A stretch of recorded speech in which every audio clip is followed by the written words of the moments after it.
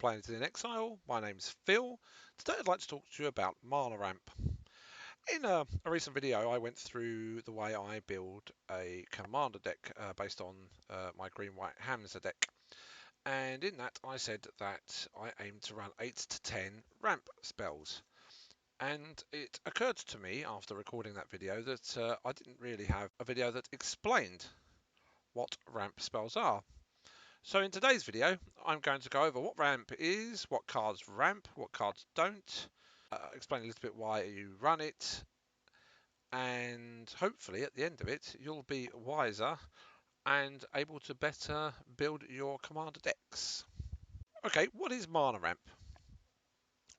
Mana ramp is being able to access more mana than simply meeting your one land drop a turn. So on turn 1, you lay one land, you can access 1 mana.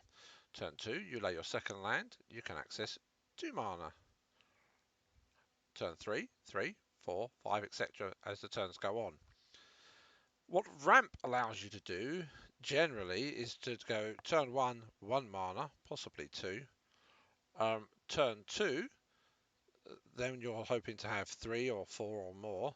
Turn 5, 6, 7, 8, etc. So that what it means is that you can play more spells or more powerful spells with higher casting costs earlier in the game. Let's talk about the different types of cards that provide us with mana ramp. First cards we're going to look at are cards that enable us to search our libraries, find a land card, usually a basic land card, but sometimes just a land card, and put them onto the battlefield, usually tapped. Cards that enable us to make additional land drops, such as Kodama's Reach. So Kodama's Reach is 2 colourless and a green, and it says search your library for up to 2 basic land cards, reveal these cards and put one onto the battlefield tapped and the other into your hand, then shuffle your library. So on your third turn, you can play this card, search your library, grab 2 lands, put one into play tapped. So that means on your third turn you've now got 4 lands and you've got one in your hand as well. So it's also slight card draw as well. I will refer to card draw a little bit later on, a bit more. But Kodama's Reach is one of 2 cards, Cultivate being the other one, that are functionally exactly the same, do the same job, and you will find them in pretty much any commander deck that plays green. There are lots of other cards that will do similar jobs for us. As a creature type, we've got Dawn Treader Elk, which is a colourless and a green, and then has green, sacrifice Dawn Treader Elk, search your library for a basic land card, put it onto the battlefield tapped, then shuffle your library. So that's actually going to get you that extra land card probably on turn 3, just like Kodama's Reach. Explosive Vegetation is 3 colourless and green, and that one says search your library for up to 2 basic land cards, put them onto the battlefield tapped, then shuffle your library. So you're paying 1 more colourless than you would for Kodama's Reach, but both of these are going onto the battlefield. This does happen a turn later, so unless you're playing lots of ramp, you're looking at probably playing this on turn 4, maybe turn 3. It's useful if you're really going for the real big hitters, especially in sort of green or blue. There are other cards that you will probably play before you're playing 4 mana for ramp. Having said that, if you're not playing green, then you have cards like Burnished Heart, which is 3 colourless, and then 3, sacrifice Burnished Heart, search your library for up to 2 basic land cards, put them onto the battlefield tapped, then then shuffle your library. So because this is on an artifact creature and it's a 2/2 body for an artifact creature, this is slightly more expensive, but it is a quite strong ramp, and it is available to everyone, especially when you're not playing green. So for example, if you're playing red-white Boros, for example, you may well want to play this. Wayfarer's Bauble, really strong ramp card. This is an artifact, it's 1 colourless, and it has 2 tap, sacrifice Wayfarer's Bauble. Search your library for a basic land card, put that card onto the battlefield tapped, then shuffle your library. So the idea here is that hopefully you start with it in your open hand, you lay a land, tap that, play Wayfarer's Bauble. Second turn, draw a card, lay a land, tap both of them, sacrifice Wayfarer's Bauble, rifle through your library, find your third land, basic lands I should say here. So find your third basic land, put it into play tapped. Wayfarer's Bauble goes into your graveyard and you shuffle your library. So simple, easy, effective ramp in an artifact. Pretty much on a par with some of the best ramp that green can do, I might point out. Especially if you can get it out, you can get it out turn one. Then we have a sort of a commander staple. Some people argue that it's not good, other people argue that it is good, and that is Solemn Simulacrum. Solemn Simulacrum costs 4.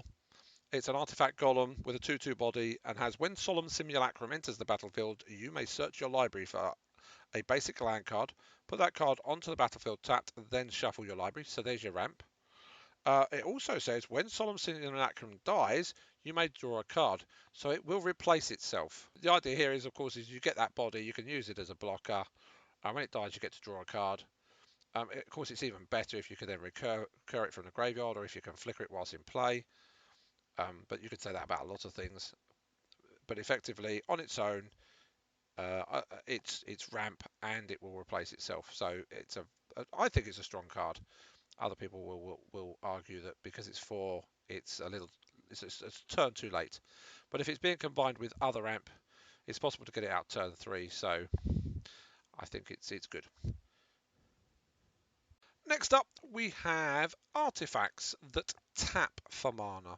These are colloquially called mana rocks, and I think, don't quote me on this, I'm sure someone's going to correct me on this, but I think they're called mana rocks because of the original Felwar Stone, which, if you look at it, looks a little bit like a meteorite.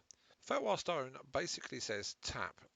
Add 1 mana to your mana pool of any colour that a land an opponent controls could produce.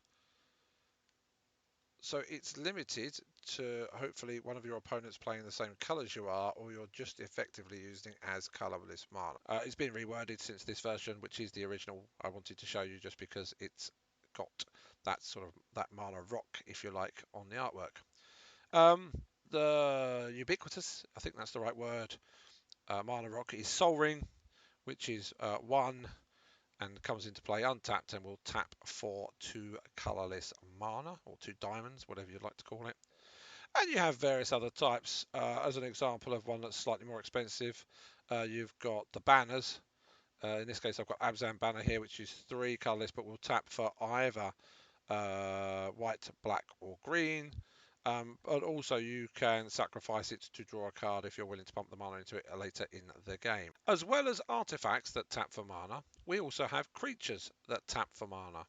And instead of mana rocks, we have mana dorks. The absolute classic mana dork, the card that's been with us since the dawn of time and has been in pretty much every set, although I'm pretty sure it wasn't in every set, but it feels like it. That's Llanowar Elves, which is a 1/1 elf, 1 green to cast, and it will tap for green. But since then, we've had all sorts of variations on that. One of the strongest is Noble Hierarch, which is 1 green for a 0/1 body that will tap for blue, white, or green. And it has Exalted, which is whenever a creature attacks alone, it gains +1/+1. I've also put as an example here, we've got Avacyn's Pilgrim, which is a slight variation of Llanowar Elves, and rather than tapping for green, it will tap for white. And I've also got as another example, I've pulled out Bloom Tender, and Bloom Tender is 1 colourless and green. It's a 1/1 elf again. Notice a trend here. Although we've had humans and elves basically tap in for mana in these examples. I don't know if you'd probably get other types of creatures, but a lot of the creatures that tap for mana are elves. Okay, so going back to Bloom Tender, it has tap. For each colour among permanents you control, add 1 mana of that colour to your mana pool. So Bloom Tender gets stronger the more colours you're playing.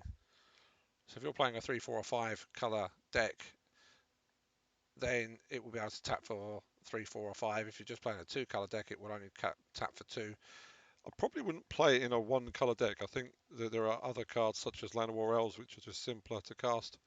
cheaper to cast, ramp earlier, and yeah, Bloom Tender's not quite necessary in that, but it is powerful, don't get me wrong. As well as artifacts that tap for mana and creatures that tap for mana, we also have artifact creatures that tap for mana. The most well known of which are the Mirrors. So you have Gold Mirror, which will tap for white, and you have equivalents for green, blue, red, and black. You have the Palladium Mirror, which is 3 colorless with a 2/2 body, so slightly bigger than your standard 2 mana 1/1 mirror. But that taps for 2 diamonds or 2 colorless. I've also found Kozilek's Channeler, which is 5 colorless, but it taps for 2 colorless mana, and that's a 4/4 body. As I said earlier, I think by the time you get to being able to tap 5 mana, you're probably not wanting to be ramping. But so this is just an example, but I think you would at that point be beyond the point where you'd want to be playing it. You'd want to be playing something more impactful to the board, unless you were playing something really, really large, or you had a way of really reducing that cost, or you'd ramped strongly beforehand. Everything we've looked at so far is giving us more mana by way of either tapping lands, or tapping artifacts, or tapping creatures. So we're tapping something and we're getting mana from it. Next, I'd like to look at what I've dubbed mana doublers or mana increasers. And the most well-known of those is Mirari's Wake. Mirari's Wake is 3 colorless, green and white, so 5 mana in total. So it's quite an expensive card, but it has a very powerful effect. It's an enchantment, and it says creatures you control get +1/+1, so it's going to boost all your bodies on the board. And then it says whenever you tap a land for mana, add 1 mana to your mana pool of any type that land produced. So if you tap a plains, you're going to get 2 white. If you tap a forest, you'll get 2 green. There are some lands that tap for 2 mana. If they do that, if there are different color mana, then you could pick. So in this case, if you were playing in Selesnya and you tapped for green white, you could either have 2 green, 1 white, or green and 2 white. Very powerful effect. Does suddenly take you from turn 5 in your mana drops to turn 10/12 on your next go. Apprentice Wizard is actually a body that taps, but what Apprentice Wizard does, it takes 1 blue mana and turns it into 3 colorless. So it's a great way of taking your lonely single blue and pumping it up. Probably useful for X spells, I would think. But there's nothing to be shirked at when you're taking 1 and making 3. I've also singled out Crypt Ghast, which again is a body. This time it's in black. And that says whenever you tap a swamp for mana, add black to your mana pool. So basically it doubles all your black mana. All your swamps give you 2 black.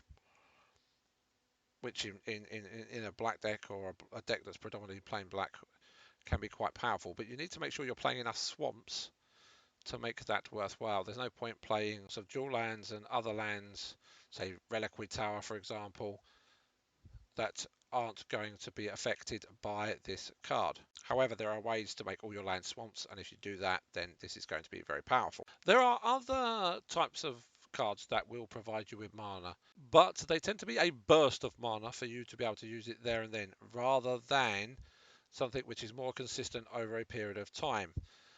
The most ubiquitous, I'll use that word, I'm hoping I'm using it in the right way now, I've used it twice, of these is Dark Ritual. So Dark Ritual, 1 black, it's an instant, and it will give you 3 black mana back.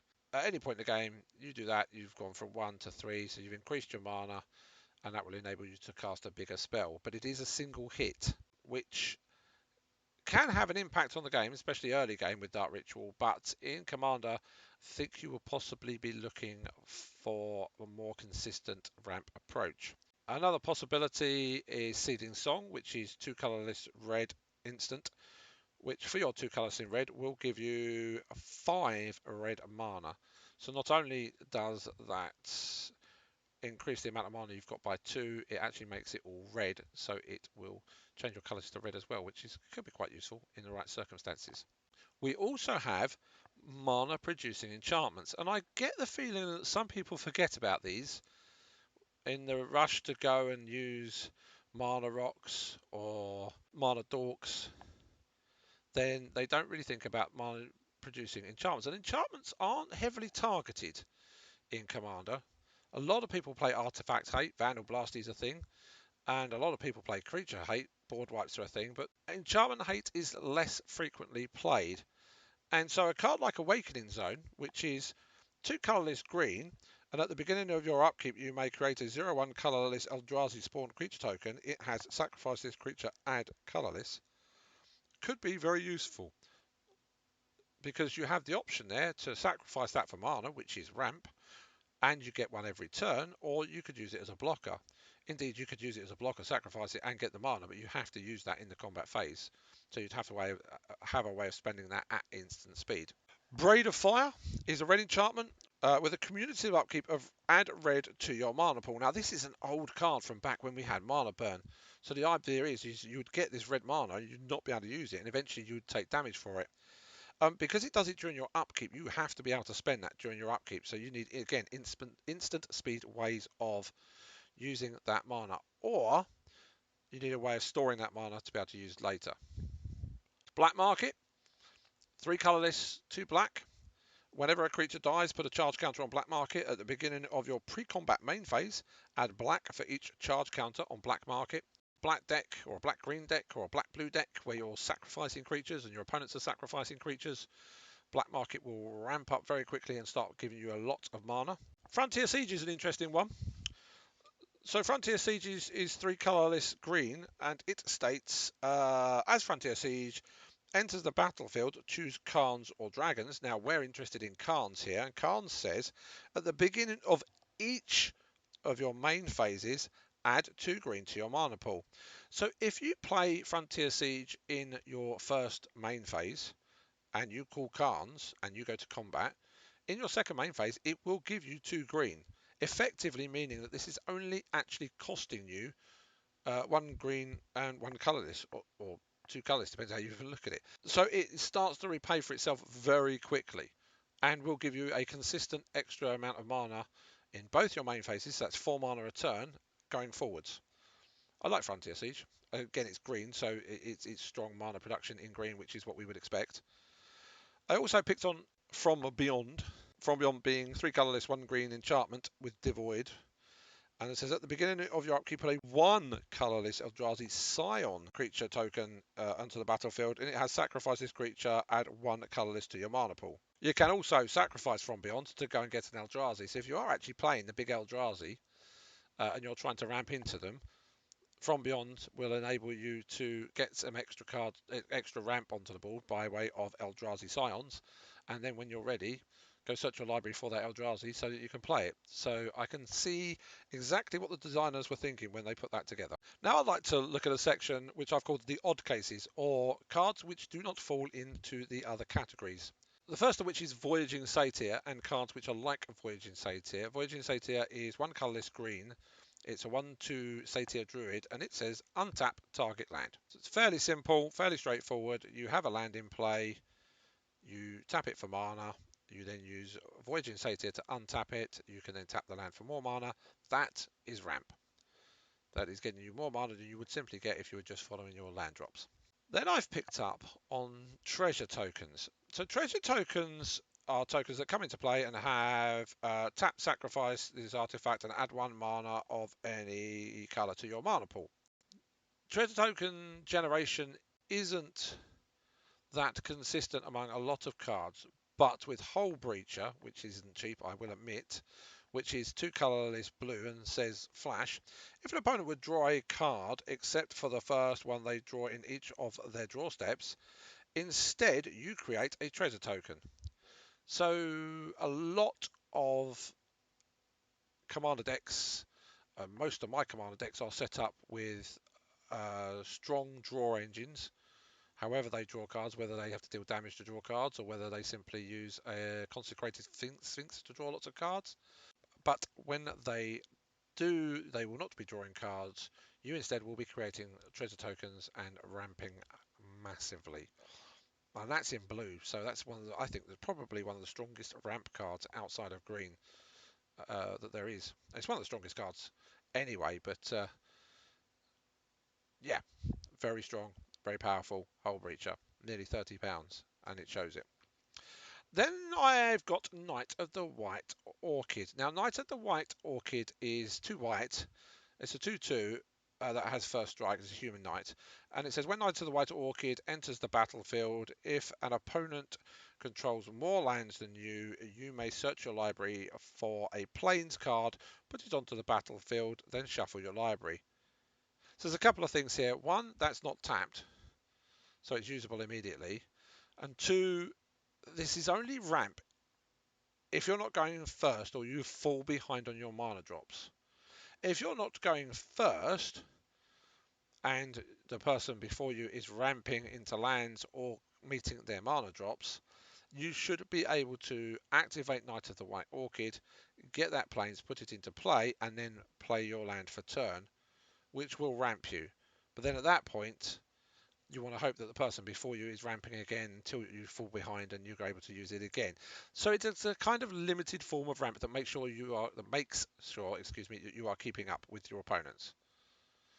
Hopefully one of them will be ramping seriously and into lands, and you can take benefit of that. Finally, the last type of card that you cast in Commander that will help you ramp are those that reduce the casting cost of spells of a given type. The most common of these, I think, are probably the medallions, which reduce the casting cost of spells of a given colour by 1 colourless mana. So, say, green spells, or red spells, or white spells. Then you have cards like a Goblin Electromancer, which reduce spell types. In this case, sorceries and instants by 1. You can get others that do creatures, for example. And another case of this is Ethereum Sculptor, which reduces the cost of your artifact spells by 1. Now, I think of all of these card types that we're looking at in this particular category, reducing artifact costs is by far and away the most beneficial. Most artifacts are colourless. Most of them have colourless mana in their casting costs. Even those that are coloured tend to have colourless mana in their casting costs. So therefore, Ethereum Sculptor will always be relevant. The last type of card in this category I want to look at is Herald's Horn, and that reduces the casting cost of creatures of a given type or of a chosen type. So you may choose rogues, for example, so all your rogues cost 1 colourless less to cast. And this brings me on to the negative side of these types of cards.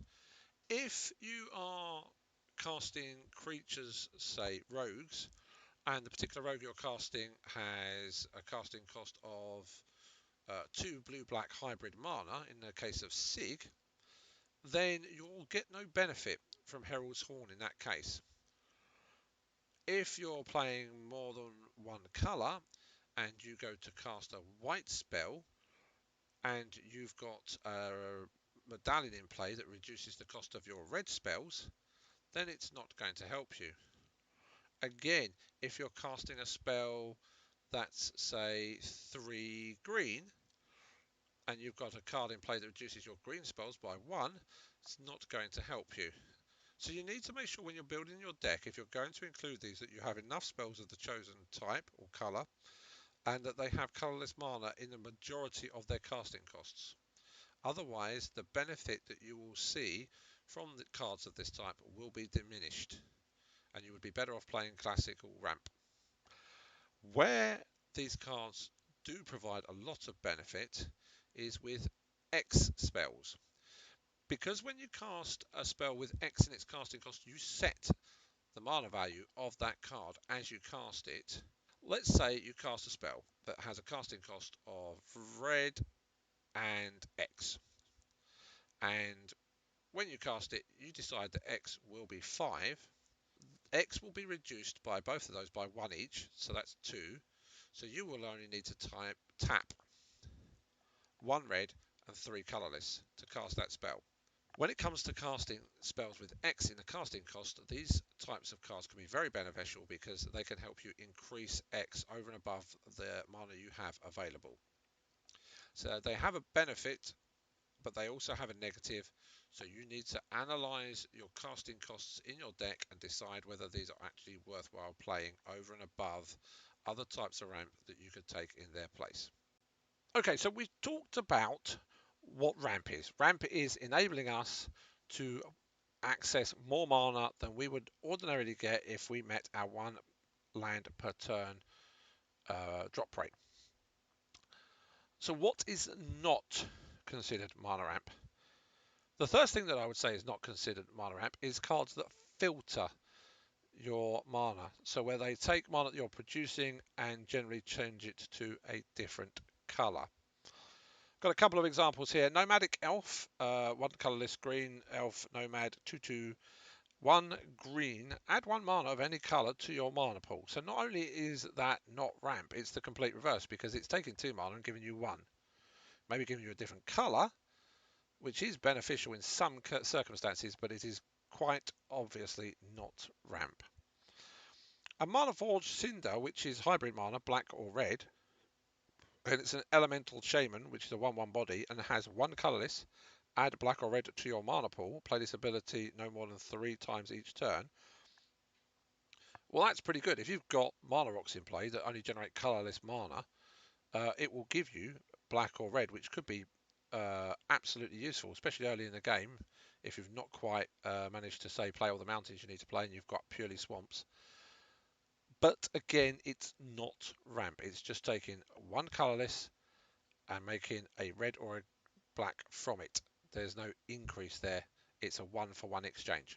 The next category, and it's by far the biggest, and I think the next category is the easiest to misunderstand and think of as ramp. And that is cards that allow you to search for lands, but put them into your hand. Now, in this case, they are not ramp. They're not putting them onto the battlefield. So they're ensuring that you can meet your 1 land per turn drop rate, but they are not increasing that or giving you access to more mana. They're just ensuring that your deck is consistent.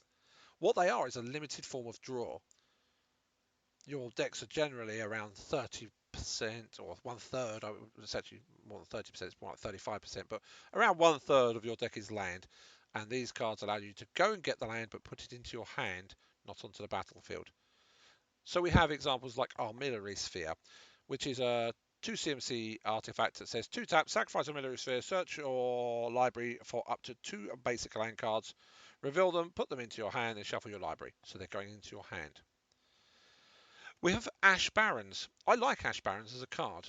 Don't get me wrong, it's a great card, but it isn't ramp. And what Ash Barrens says is it's a land, colourless land, and it taps for colourless mana. But then it has basic land cycling, so you can pay 1, discard it, and go and get a land and put it into your hand. Now, it hasn't had to go into play, so it hasn't replaced your land drop for that turn. So, for example, late game, you can just play it. It's just colourless mana, that's fine. But early game, let's say turn 1, we play a swamp. Turn 2, we tap the swamp, we basically land cycle the Ash Barrens, it goes to our graveyard, we search our library, we find a mountain. We put the mountain into play because we have a land drop for that turn, and we shuffle our library and we're good. But it's only allowed us to meet our land drops for that turn. We're now just on 2 mana when we should be on 2 mana. Renegade Map is similar. It's a 1 colourless artifact. Renegade Map enters the battlefield tapped. Sacrifice Renegade Map, search your library for a basic land card, reveal it, put it into your hand and shuffle your library. Seek the Horizon is a more expensive spell. So that's 3 colourless and green. And says search your library for up to 3 basic land cards, reveal them and put them into your hand, then shuffle your library. That could be especially powerful if you're playing multicolored decks, especially if you're playing 3, 4 or 5 different colours. But it's not ramp. Not unless you have a way of putting them into play without or outside of your 1 land per turn allowance. And that brings me to my next pair of cards. Courser of Crewfix, which is 1 colourless and 2 green for a 2/4 body. got quite a good toughness on course. So he's a centaur, or she's a centaur actually, by the looks of it. Play with the top card of your library revealed. You may play the top card of your library if it is a land card. Whenever a land enters the battlefield under your control, you gain 1 life. So it's life gain, and it's card advantage. So it's a kind of draw because you're able to see that extra card on top of your library. And if it's a land, you may play it. It is a kind of card draw because you're seeing an extra card. But it doesn't increase the number of lands you can play per turn. So you can only do that once per turn. So that is not ramp. Another card that is not ramp is Ranumap Excavator. Also, Crucible Worlds does the same thing, but Ranumap Excavator is a 2-colorless green creature that is 2/3 body. It's a Naga cleric, and says you may play lands from your graveyard. Doesn't increase the number of lands you can play, it just allows you to play them from your graveyard. So if you've used fetch lands, for example, or Evolving Wilds, or Myriad Landscape, or anything like that, and the lands have ended up in your graveyard, rather than playing them from your hand or the top of your library, like Courser of Crufix, you can play them from your graveyard, but it doesn't increase the number of lands you can play per turn. There are cards that enable you to play extra lands per turn, and if you have one of those and you use it, then that will also be considered ramp. But these examples I've just given you here, they are not. Okay, so what should you be playing? Well, when you think about ramp, you should think about it in the following order: lands, artifacts, bodies. Although I would say probably you should think about it: lands, enchantments, artifacts, bodies. Enchantment ramp isn't very common, but if you can use it and you've got the cards, or you can find them cheaply, I would say use it. Uh, the reason people say do lands, artifacts, bodies is because they're in order of vulnerability. So people will specifically play artifact destruction, Vandal Blast being by far and away the most commonly used to destroy artifacts, for purely because people use artifact ramp. Bodies are even more vulnerable. Board wipes are common and frequent in EDH. Targeted destruction is common and frequent in EDH. So they again are vulnerable.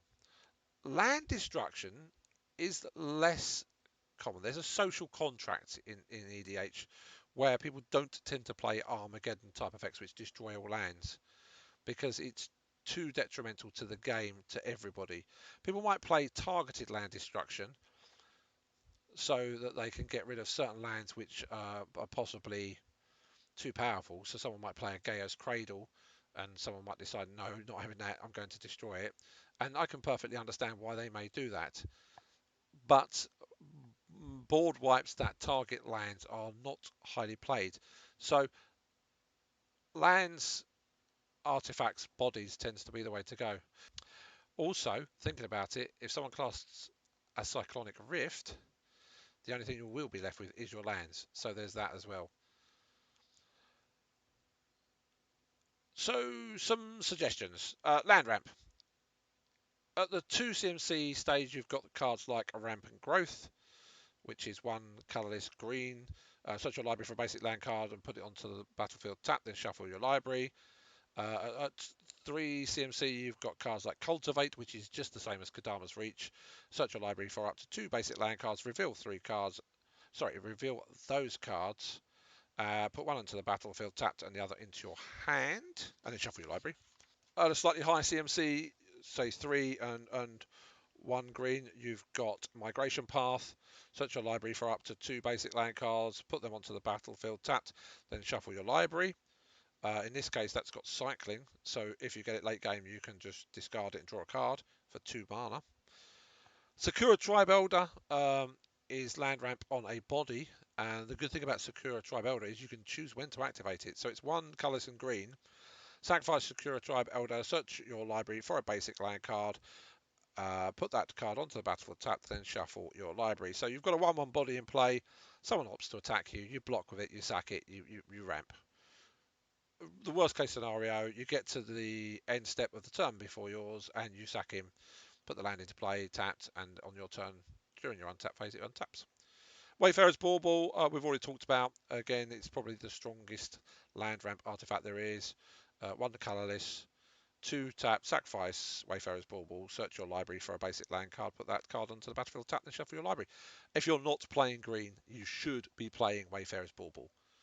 You can argue in the comments if you want to, I don't mind, but lands being as important as they are, that being as strong as it is, as easy to get hold of as it is, like I say, if you're not playing green, Wayfarer's Bauble, put it in your deck. You'll benefit from it, trust me. Monarchs. Monarchs, everybody plays Sol Ring. There's an argument to say Sol Ring should be banned because it's too powerful. If someone gets it, they tend to have a slight advantage early game, but that can also put a target on their heads, and the rest of the players at the table could actually target them because they appear to be gaining too much of an advantage because they've got that Sol Ring. So after a Sol Ring, we have a whole series of artifacts that cost 2 and give us 1 mana. And you should aim to play as many of these as possible, especially if you're not playing with green and you're not playing green land ramp. There's cards like Arcane Signet, which are almost as much of a must-have as Sol Ring. So when you're looking at your deck and you choose your 99, you're usually choosing 98 because one of them is already Sol Ring, and you may well be choosing 97 because Arcane Signet will take that second slot. Tap, add 1 mana of any colour in your commander's colour identity. So it gives you any mana you need. Then you have the Ravnica Signets. So for example, Boros Signet is 2 colourless, and that's 1 tap, add, in this case, red-white. So it's always the colour pairing of the Ravnica clan, or guild as they actually are. So you have to pay 1 into it, but you get 2 out. So effectively, you're getting 1 mana. So it is a mana increase. It is ramp. But do bear in mind you do have to pay into it. Then we have some other artifacts at that 2 casting cost level. So we have cards like Mindstone, which will tap for colorless, but also 1 tap, sacrifice Mindstone, draw a card. So late game you can draw a card if you really need to. Thought Vessel, you have no maximum hand size and taps for colorless. That can be really important in decks that want to draw and hold on to lots of cards, not just draw lots of cards and win the game. Then you have Everflowing Chalice. Everflowing Chalice is an interesting one. It's 0 mana, but you kick it. And for every 2 you kick it, you put a counter on it. And it will tap and add colourless for each charge counter on Everflowing Chalice. If you're playing a proliferate deck, which increases those number of counters or ways to increase those other ways to increase those counters, Everflowing Chalice can be pretty good. We've got the talismans, and the talismans will tap for colourless or tap for 2 colours in a colour pair. In this example, I've got Talisman of Creativity, which is the Mizzix. So add red or blue.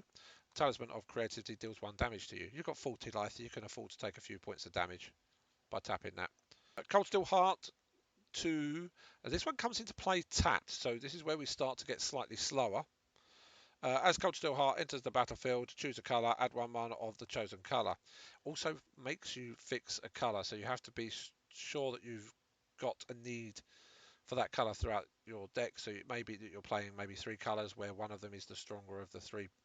And so you choose, let's say you're playing black, white, blue, and you want to make sure you've always got blue, so you've always got those counter spells available, so you might choose blue. From there, we up to 3 colourless, and we go to the obelisks, the banners of this world, which will tap for 1 of 3 colours. So the obelisk of Bant or the Jeskai banner. The Jeskai banner also has the ability to be sacrificed later on to draw a card, but it costs 3 coloured mana, and so I don't think that's particularly something I would use. It's too expensive, even in the late game. Warm Power Stone. Warm Power Stone tends to be quite popular, and that's 3 Warm Power Stone enters the battlefield tapped, but will tap for 2 colourless. Once you get above 3 colourless mana, you start to get into the realms of being more expensive, and you have to be able to justify the use of those artifacts. So they're either part of a combo whereby you're tapping for mana, untapping it by other means, tapping for mana, untapping it by other means, tapping it for mana, etc. Or you're paying sort of really expensive spells or X spells where you need that extra mana.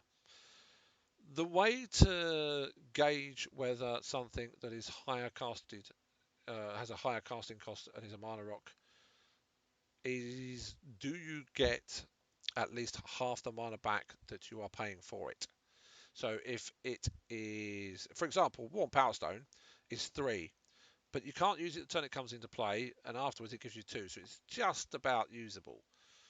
If you pay 4 mana, you want to get at least 2 and be able to use it that turn. In fact, you can pay 4 mana and get 3 and use it that turn in at least one artifact I can think of. So there are ways to do that if you want to, but you have to be sure that you're getting value for your mana and that you actually need ramp that late on at that sort of level. Most ramp tends to take place with lower casting costs. So then we have the mana dorks or creature based ramp. So creatures that tap for mana. One of the things I was really chuffed to bits with is I managed to find a mana dork in all 5 colours. There are colourless ones. We talked about the Mirs, so we already know that we have artifacts that will be mana dorks. But I, for example, have found Birds of Paradise, which along with Land Noir Elves was in the original set, and Birds of Paradise is a 0/1 flyer that will tap for 1 mana of any colour for green. That's a good power level for a green mana dork, tapping for any colour and costing 1 green. In red, we get Sisters of the Flame, which is 1 colourless and 2 red, and taps to add red to the mana pool. That's an old card and so has a lot of words on it, but it is literally just tap, add red to your mana pool. Newer, much newer card in blue, Carfell Harbinger. In Coldheim, it's 1 colourless and blue for a zombie wizard that taps to add blue to your mana pool, but you can only spend it to cast foretell or to foretell a card or to cast instant or sorcery spells. I mean, you're in blue, you're going to want to cast instant or sorcery spells. You could leave that open to help you cast a counter spell quite happily. It's got a 1/3 body, so it's not even a bad blocker early on. But it's a blue mana dork, completely breaking the colour pie in my opinion, but it exists and it's a new card. Sunseed Nurturer in white also surprised me. That's 2 colourless white for a 1/1. It's a human druid wizard, and it says at the end of your turn, if you control a creature with power 5 or greater, you may gain 2 life. Not exactly great on the life gain, let's be honest, but it says tap, add 1 colourless to your mana pool. So it's a bona fide mana dork. It doesn't give you white, admittedly, which is a pain, but it does give you colourless mana in white, which is white ramp, which is unheard of, quite frankly. Well, obviously not, but because we've got a card there that does it, but it's very rare. And then in black, I found Vesper Ghoul, which is 2 colourless black. It's a zombie druid, and it says tap, pay 1 life, add 1 mana of any colour to your mana pool. And it's a 1/1 body, and I think that's pretty strong. People are quite happy to sacrifice life to gain mana, and if you're not in green and you are playing black strongly, Vesper Ghoul could be for you. I was surprised to find that one as well. So there you go, 5 colours, 5 mana dorks. And on that note, I will thank you very much for watching Players in Exile. I hope you've learned something about mana ramp and it will help you to improve your decks. If you haven't watched my video on how I build my decks, it's well worth a watch. I'll link it in the comments down below. If you have enjoyed this and you do like what you're seeing, don't forget to like and subscribe. And hopefully I'll see you next time.